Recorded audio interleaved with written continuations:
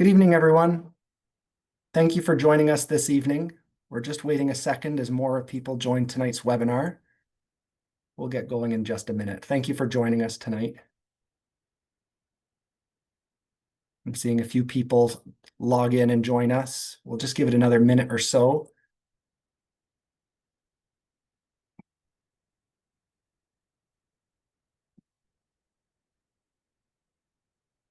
Good evening, everybody. I'm seeing more people join us tonight. We're just giving it another minute to make sure everybody gets online and is ready for the webinar. We'll get started in just a minute.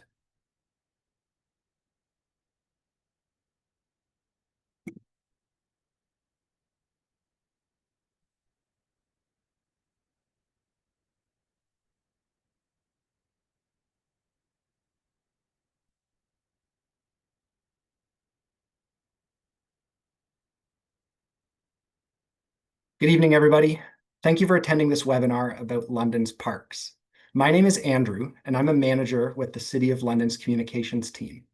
Before we get started, I want to let everyone know that we're recording this meeting, and a copy of it will be added to the project's webpage on Get Involved at getinvolved.london.ca/talk-parks. The presentation tonight will then be followed by a question and answer period. To ask your question, we ask that you please use the Q&A feature on Zoom.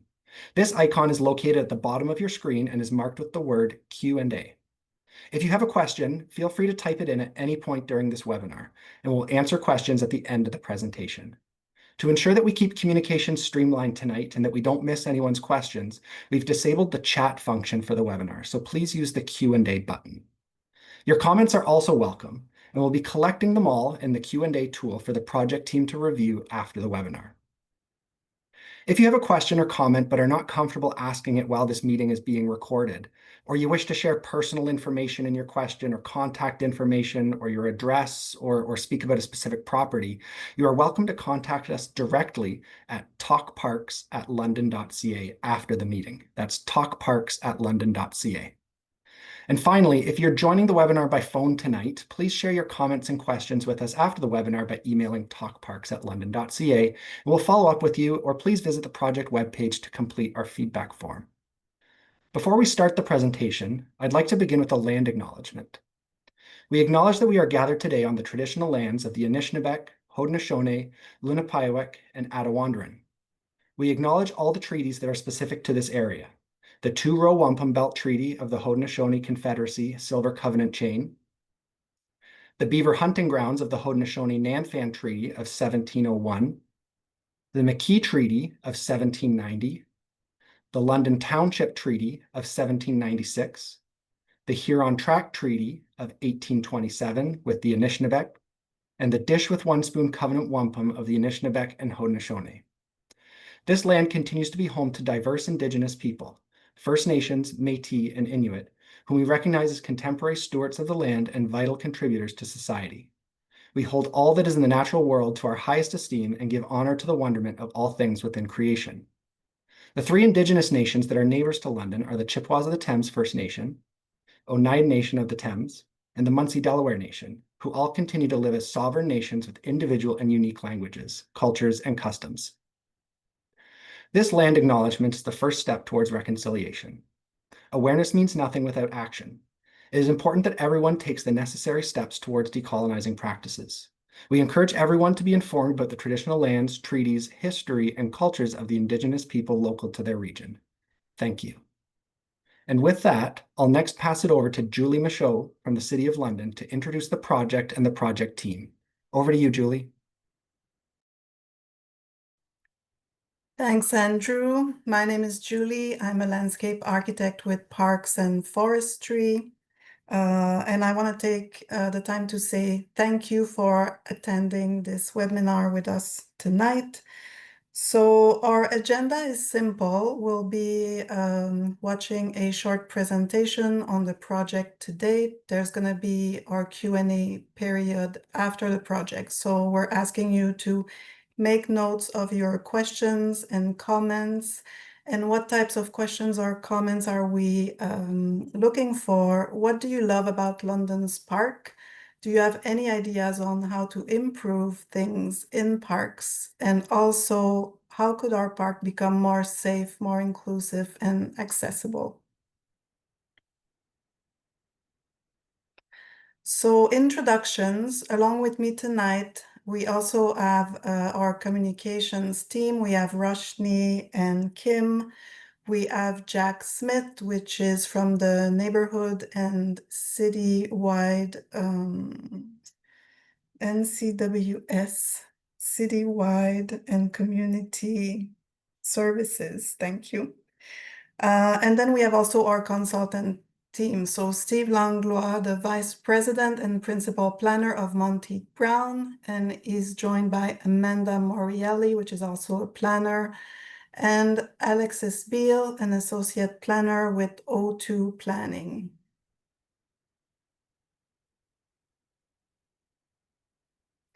So our project is called Let's Talk Park, and our purpose is to engage with you to help shape the future of parks. So we are looking at how parks and amenities are used today and how we can make them even better for the future. So instead of thinking about specific park site, we want to try think about the whole park system. Also, instead of just thinking about how it is today, we want to be able to envision it into the future. The feedback we receive about parkland needs and park amenities will help inform the update to the city's Parks and Recreation Master Plan. And the intent is to have a greater focus placed on parks. So on the right side, you can see the project timeline. We are currently in the second phase of the project, which is the public engagement phase. And then this is to lead us to a final master plan to be presented early in 2026, hopefully in the winter months. And with that, I will pass it on to Steve to get us started on the presentation. Excellent. Thank you, Julie. My name is Steve Langlois, Principal Planner with Monteith Brown Planning Consultants. We were involved with the city's most recent 2019, as well as a past Parks and Recreation master plans. You'll see us reference these documents occasionally throughout this presentation. They are available for a download on the city's website. And these are studies just like this one that were grounded and founded on extensive public engagement. We are also located in the City of London. We know the park system well. We use it as individuals, as families and community members, and have an interest in moving this project forward in a way that suits the needs of the community. So I wanted to jump in a little bit more about the project at hand. Much has changed since the 2019 master plan was prepared, including high population growth rates in the city, more diverse activity preferences. There's just so many things that people are looking to do in parks. This is tremendous. It's a good problem to have, but it's one that we need to manage and respond to appropriately. And just overall more desires for community green space. As the city grows inwards, upwards, the interest in these spaces only grows. So this park-focused master plan update will respond to these changes and more and provide direction on London's parks and recreation system until 2042. That doesn't mean the plan won't be refreshed before that time, but we need to have that longer-term planning horizon to make sure that we're planning for the needs of today and tomorrow. Relative to recreation and sport facilities, I think sports fields, community centers, indoor pools, and so on. For the most part, these are directions that remain still in place from the 2019 master plan, and they remain relevant for our planning purposes today. However, we will be updating the projections as a result of the emerging population forecast for the city to make sure that they continue to respond to our growth-related infrastructure needs. A couple things that are out of scope. I know there's a lot of items that really, that the park system helps to achieve a lot of objectives for the city and for the community. But there are related initiatives that deal with items such as cycling and bike lanes, like the mobility master plan, for example. Encampment response, the city has a variety of processes and plans around that. Operational service delivery, facility maintenance, life cycle renewal, and site-specific design. This is, as a citywide master plan, we don't design specific sites. There's an entire public engagement process that would engage with the local community and to understand the needs at that time. This has a citywide scope, the work that we're doing, and feeds into the city's budget, their development charges, and other community plans. Now, grounding our work is the vision and goals from the 2019 master plan. The vision is, and still remains relevant for our work, in London, all residents, regardless of age, ability, culture, gender, income, or where they live, have the opportunity to participate and share in meaningful and accessible parks, recreation, and sport experiences. Our parks are for people, our spaces are for people. We want to have them used to their fullest, and that is at the goal, at the core of the study that we're working towards. Now, to achieve this vision, London strives to do this with a focus around 5 key goals. First one being active living. Second, inclusion and access. Third, connecting people and nature. Fourth, supportive environments. And fifth is recreation capacity, dealing with more internal processes of policies around access, for example. So you'll notice access is at the core of these. And the 2019 plan had a number of recommendations that spoke to each of these specifically. How these plans are built, I mentioned earlier, public engagement is a key part of it. Trends, things that are happening from local to global has an impact. We look at that. And we also look at demographics, socioeconomic indicators. Who's living here now? Who will be living here in the future? And we know the city's been on an upward trajectory since really 2020 around its population growth. And a lot of reasons for that. We're not here to debate that today. That's again part of another process through the city's official plan and the growth management work. But we're working towards, in this case, I mentioned sort of that planning horizon of 2042. Population around 593,000 people at that time. And we're sitting somewhere around 489,000 is the latest estimate that's available. So you see growth of about 100,000 people over about a 15-year period. That's very important for our infrastructure planning and for our financial planning as well. Now, in terms of who's living here, the city's age composition is also changing. All age groups are growing, so that's great to hear. And we'll, different age groups will grow at different times in different areas of the city. But across the city, as we look to 2041, just aligned with census years, so that's why the difference is slight here. But we see the most growth happening really among more middle-aged adults, 35 to 54. So these are, really the youth and young adults of today. So suggesting a lot of, employment opportunities, and we'll be looking for places and spaces that meet the needs of that age cohort and seniors. And really this means needs across the age spectrum, from playgrounds to sport areas to areas of natural respite and accessible spaces. And we also know that the affordability and diversity of our park system must reflect our community.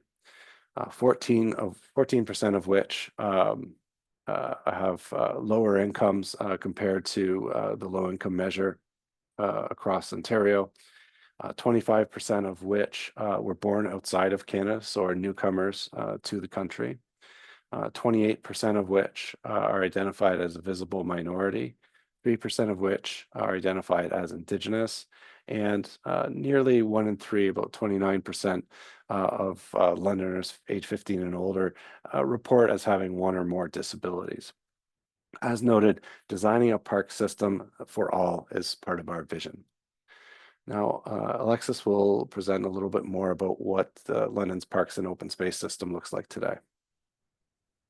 Thanks, Steve. My name is Alexis Spiel. I am an associate planner with O2 Planning and Design, and I'll talk to you a little bit about the parks and open space system in London as it currently is. So right now, the parks and open space system plays a really vital role in the community because these spaces both support both physical and mental well-being while also creating opportunities for people to come together and really just to connect with nature.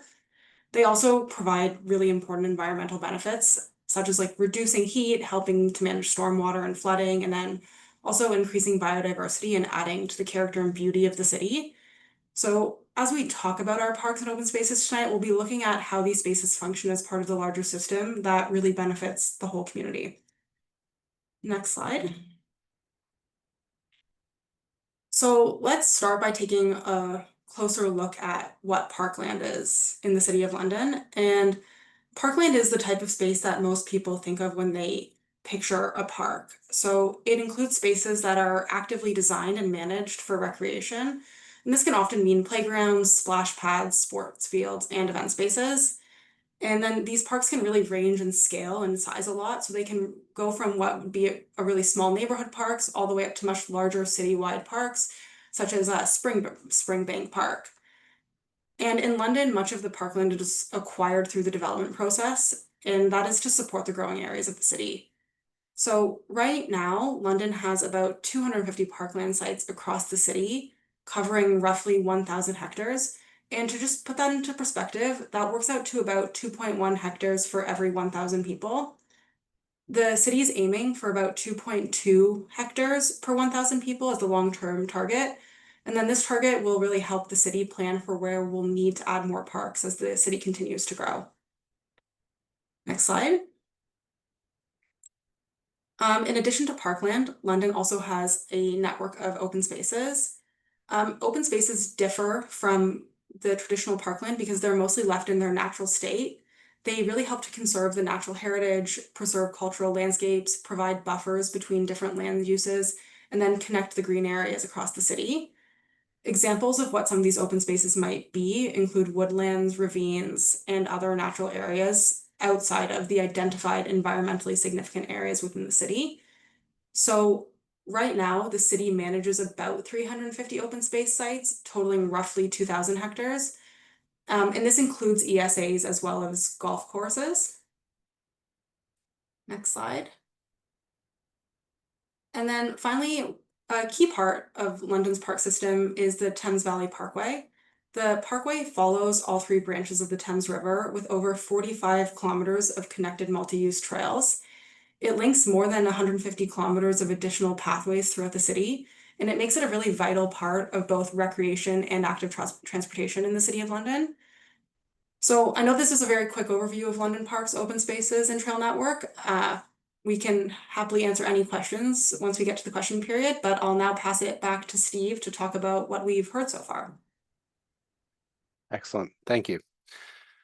I'm sure we'll hear more tonight. We have a series of ongoing open houses as well as an open survey. We'll tell you a bit more about that as we go. But so far, we've been hearing a number of items that require a bit more emphasis and consideration through this planning study. The first is really identifying creative strategies for supplying parks and recreation infrastructure in an intensifying city. The city is still growing at the edges, but has a fixed municipal boundary. The growth boundary is being adjusted, but there's still more of a focus on growing inward as well around key nodes and corridors. So this means, we're not really creating a lot of new land. A lot of these items, parks in particular, are land-based spaces, and using what we have to the best of our ability, working with others to optimize public access, making these robust spaces that suit a variety of needs. And we're not just talking sport, we're talking, from preservation of natural assets and on down, is all key and part of this, and a real challenge that most communities in Ontario and Canada are working towards right now. We've also been hearing about community gathering and event spaces.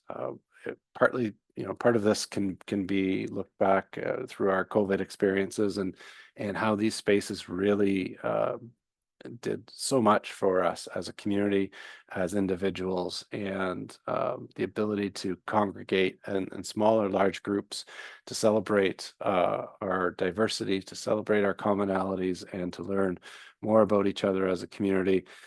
These spaces are well attended, and we're hearing a desire for more.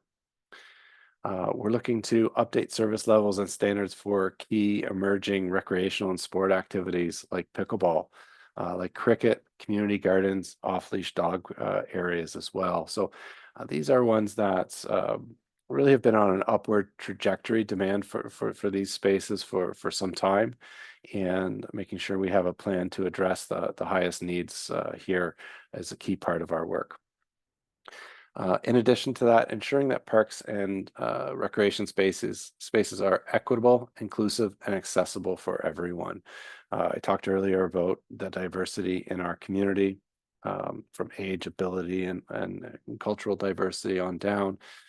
This includes consideration of spaces that are accessible, things like park washrooms, drinking fountains, access to water, seating, shade, all very important parts of our parks and open space experience.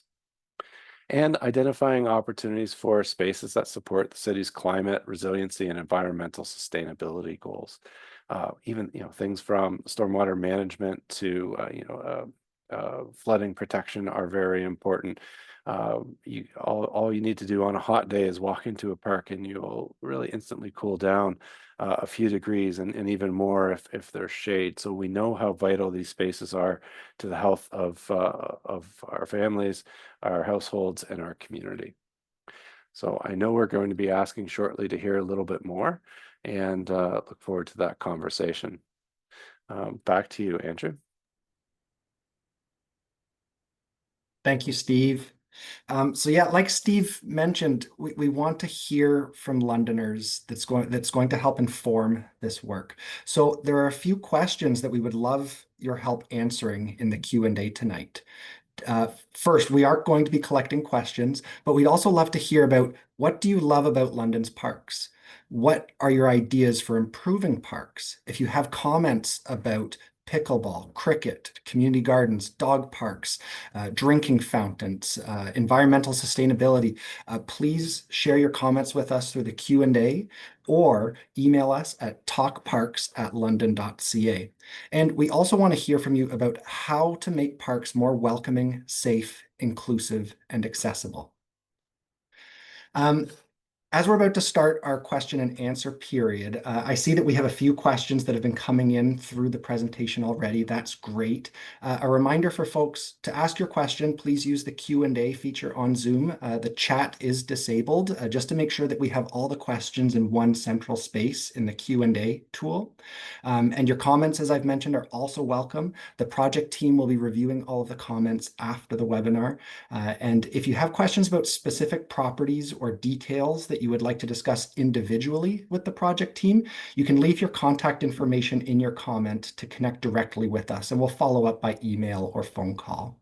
Or submit your questions and comments later tonight or tomorrow or through the month of September and October at the project's webpage at getinvolved.london.ca/talk-parks. And there's a survey on that project webpage that we would love for you to complete. But now let's dive into some of the questions that have come in. This first question is about what are we talking about when we mention parks, and it's related to environmentally significant areas and community gardens. So this might be a question for Alexis. You spoke a little bit about ESAs, but can someone speak to us about if and how environmentally significant areas and community gardens fit into this work for Let's Talk Parks?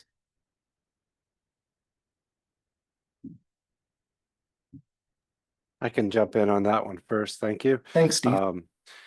Yeah, excellent question right off the top, because it does speak to just how many, the lands that we have, that we make use of in London, and the variety of parks and open space types that are within the city.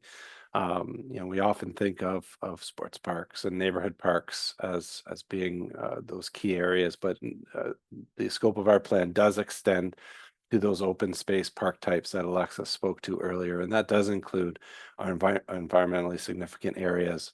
It extends to other ones that may not have those significant and sensitive environments, but are still open space and left undeveloped as well. So that is part of it. Community gardens. Community gardens are tend to be individual plots that are available for growing produce and vegetables, flowers, and some of which are used for individual use, some of which might be part of a collective group donated to food bank and so on. That is part of our process as well, and one of those areas that we've been hearing more feedback on.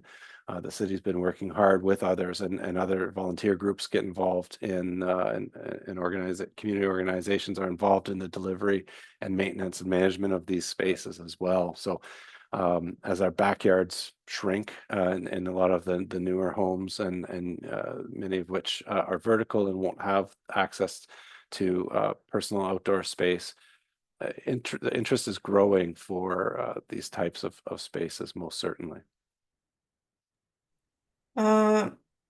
Sorry, Julie here. I just want to add a little specification about ESAs, because there may be people on the webinar that are familiar with the London plan, which is the city official plan. So if you go back to the London plan, you will find that there are 8 park classifications in London.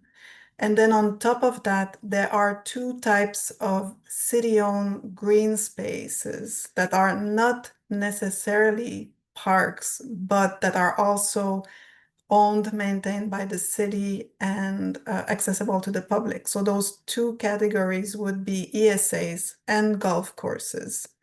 So our ESA parks, yes and no, I guess, is kind of the answer. They are accessible, but they are to be maintained in their natural state. So that's the difference between an ESA and a park. And for that reason, it's kind of I guess, a special category of park. And then for golf courses, those are spaces that are kind of the opposite of an ESA, because they're so manicured and maintained, but at the same time it's different from your typical park because it's its own stream of revenue, because people who go and play golf, they pay to use the course. So again, that's a separate category that's still part of the green space system, but a little bit different than our typical parks and open spaces. Thank you for that clarification, Julie. And I'll just layer on saying ESAs do have their own management plans. Those exist outside of the work that we're doing and are very specific to the natural features within those lands. So those we're aware of them, but really have their own process and will continue to be respected. Thank you.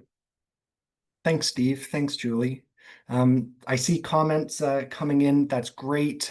Just a reminder, folks, we'd love to hear from you about what you love about London's parks. We'd love to hear your ideas for improving parks, and any comments you might have about making parks more welcoming, safe, inclusive, and accessible. And again, all of your comments are going to be packaged up at the end of the webinar for the project team to review. Our next question, Steve, came in during your slide about demographics and income earlier on. And the question is, how are you defining disability? Right. Thank you. Yeah, it was probably prompted by, we were talking about the demographic composition of the City of London, and about 29%, I believe, as of 2021, had self-reported as having a disability. It's not something that we're defining as consultants. Rather, we're relying on information that's provided by Statistics Canada, the body that provides really all of the census and related research on demography in the nation. So this comes out of the 2022 Canadian Survey on Disability. And as I understand it, it's a self-reported type of definition. it's really a health condition or a problem that really has a lasting impact on people's ability to conduct their daily activities. So it's probably a broader definition of disability, but it's something that could affect someone's daily enjoyment and use of public spaces, and speaks to the need for we have AODA legislation, accessibility for Ontarians, Accessibility for Ontarians with Disabilities Act. City, like all municipalities in Ontario, have obligations under that act to provide appropriate spaces when as regulated. I'm thinking playgrounds, pathway surfaces are some examples. You'll see others that are triggered through the building code around facilities and so on. But these are items that we're very aware of and want to continue to welcome as many people within our park system as possible. Thanks, Steve.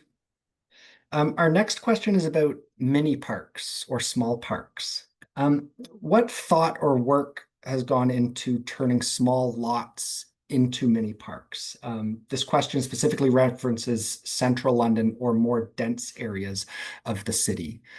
Is there anyone able to speak to the work that goes into turning a small space into a potential park?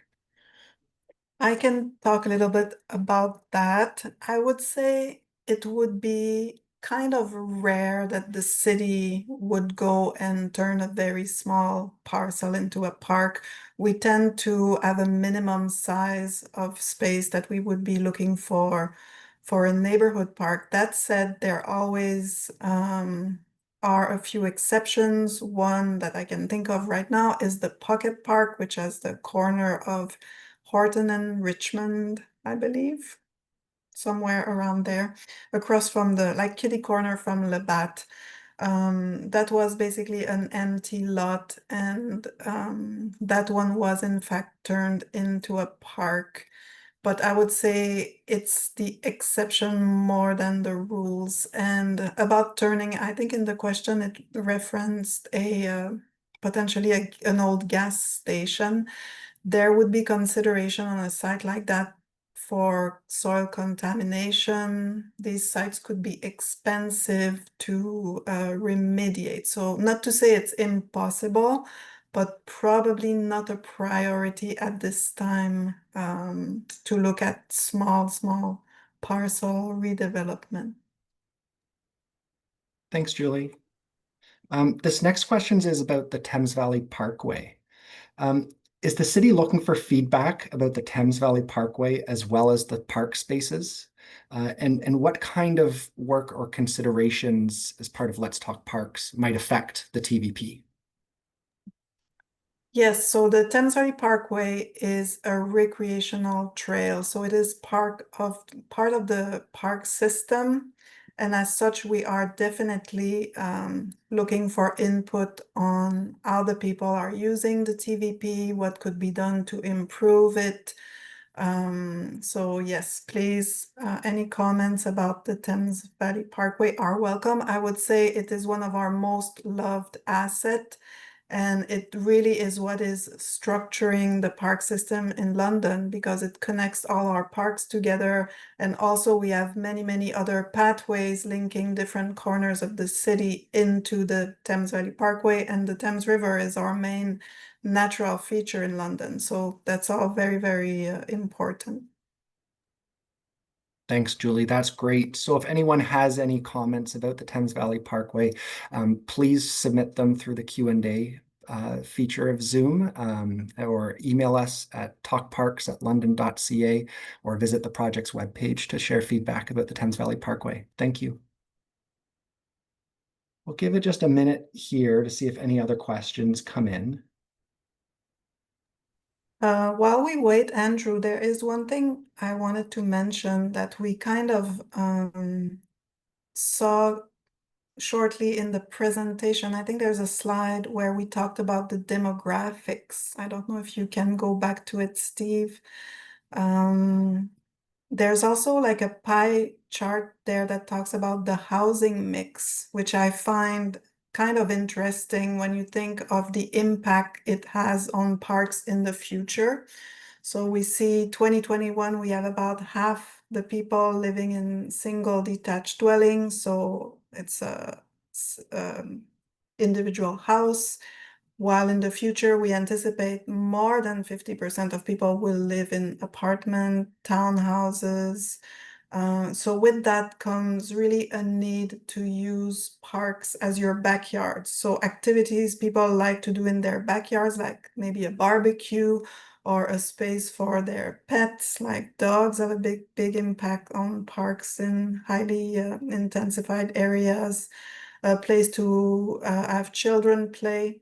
So with that comes really new demands on parks for these areas of the cities that are going to be more high density than the rest. So that's something we really have to think about when we think of the future of parks. And these are areas usually that maybe are older, maybe it's around central core areas. It's not as easy to acquire lands in those areas. So we're going to need to be really creative with the land we have and how can we maximize the use of these spaces that are accessible to a lot more people without necessarily becoming larger. Thank you, Julie. While we wait for any other questions coming in, maybe we could go, I see a few more questions have just come in, but maybe we can go to the last slide and I can just remind folks about some of the upcoming open houses that are coming up. So we've already had one in-person open house, but we would love to have you at 2 of the upcoming open houses. One is on October 9th at Civic Garden Complex, and the other is October 15th at East Lyons Community Center. These open houses are an opportunity to speak in person with the project team, ask questions, and submit feedback in person. The project team is also going to be popping up throughout the city at different events, community centers, and parks to speak with folks who are experiencing parks in person. And we're really looking forward to those conversations with Londoners as well. This next question is about park benches, and they ask, are there any issues of supplying more benches in parks?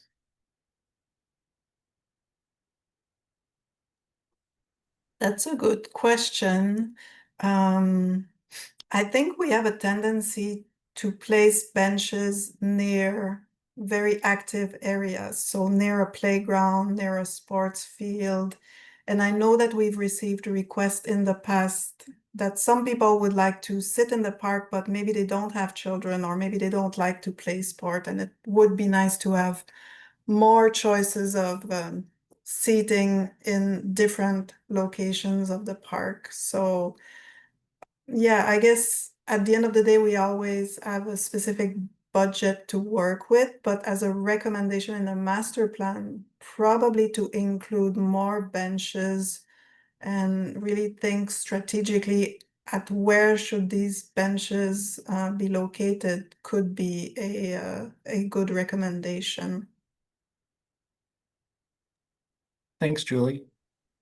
This next question is about additional information about this work. They ask if there's a document or more information in addition to this presentation that's available for folks to review and provide questions on. I will add that on the project webpage, getinvolved.london.ca/talk-parks, there is the 2019 Parks and Recreation Master Plan and links to past council and committee reports, as well as more information about this project too, in addition to the survey that we have live until October 31st. If Julie or Steve have anything to add that can help answer this question, I'll pass it over to them. Thank you. I'll jump in on that. And our website will be our portal for the project as it evolves. There will be more information as the project continues. We are really in this first phase of public engagement. We're learning, we're doing our research. We want to hear from the public about what their priorities are. We'll take this work, we'll take the research and the other inputs that feed into this process, And then there will be a draft Parks and Recreation Master Plan update, a full report with all those recommendations and connections to what we've heard that will be available for public review and feedback. That will likely happen in the new year. Again, our project webpage will be updated there. You'll see lots of notice through social media and other traditional means around public review period. And there will be ways to provide input at that time, whether it's an open house similar to this or other feedback opportunities. So that work is coming, but we didn't want to jump the gun. We didn't want to presume what the community is looking for without doing that consultation first. Thanks, Steve.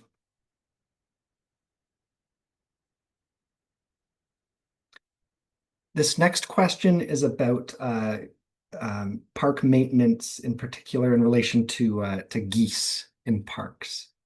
Are there any ongoing mitigating efforts to control geese in parks or the unpleasant conditions that they might cause in parks?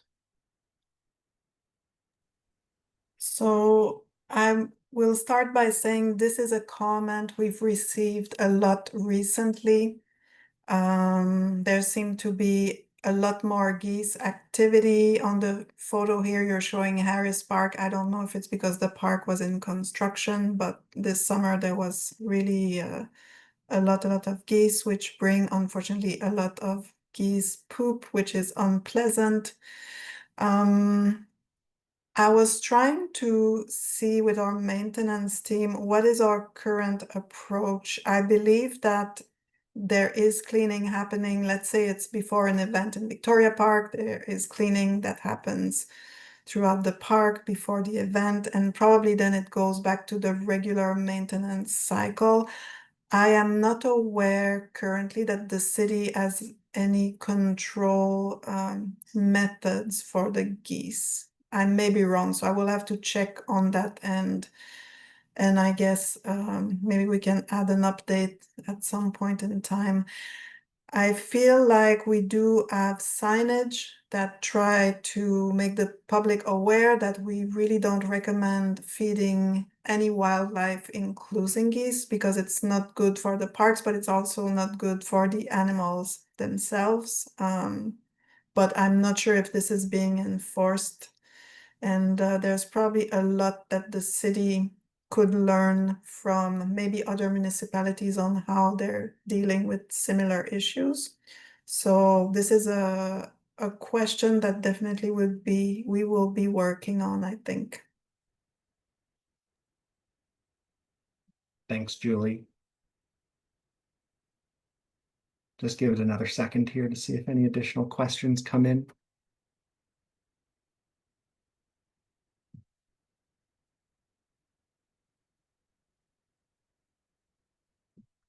Well, as we do wind down tonight, I do want to thank everybody for joining us this evening. I'm not seeing any further questions at the moment, so we'll begin to wrap up the webinar. As a reminder, we'll be posting this presentation on the project's webpage tomorrow, and we'll continue to collect feedback through the Get Involved website and our in-person open houses and pop-ups over the coming weeks. You'll be able to review the presentation at the webpage getinvolved.london.ca/talk-parks. Also, what's really helpful is please visit the webpage to subscribe for email updates. If you subscribe for email updates, you'll be able to stay up to date as this project proceeds, and we'll continue to share new and updated engagement opportunities. I see one last question that came in, so we'll end on this question before we wrap up. How are tennis courts involved in this, and can feedback about tennis courts be provided? Thank you. Happy to respond to that one. The city has a number of sports that have been growing and ebbing and flowing over the years. I think many folks had sort of, if they weren't regular tennis players, have rediscovered the sport and other racket sports through the pandemic in that period. The city continues to work towards developing new courts and as park development opportunities arise. They are working towards rehabilitating some high use courts. We know that courts in multiples of 2 or more tend to be the most attractive to folks. It gives them a little bit more opportunity to play, including some under lights or in interesting park settings tend to be the most well used. So we're looking through this update to make sure that the city's service levels and provision levels around tennis continue to keep pace with the city's growth.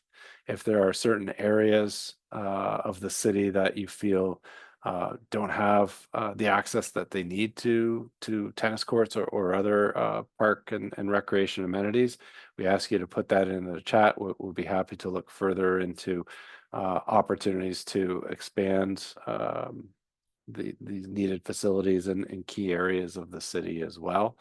Pickleball sort of ties into this as well. Some tennis courts we know have had overlaid lines associated with pickleball to them. The city is also working hard to establish more dedicated courts so we don't have that conflict of use that in high park settings can sometimes be an issue as well. So trying to really address needs across the board from a racket sport perspective. It's a good fit with our with younger adults, older adults, newcomers to the community. We know tennis is quite the popular sport that way. So any Thanks, further Steve. feedback, we'll be happy to hear. You can provide that input through the survey tonight or at any of our future open houses. That's great. Thank you.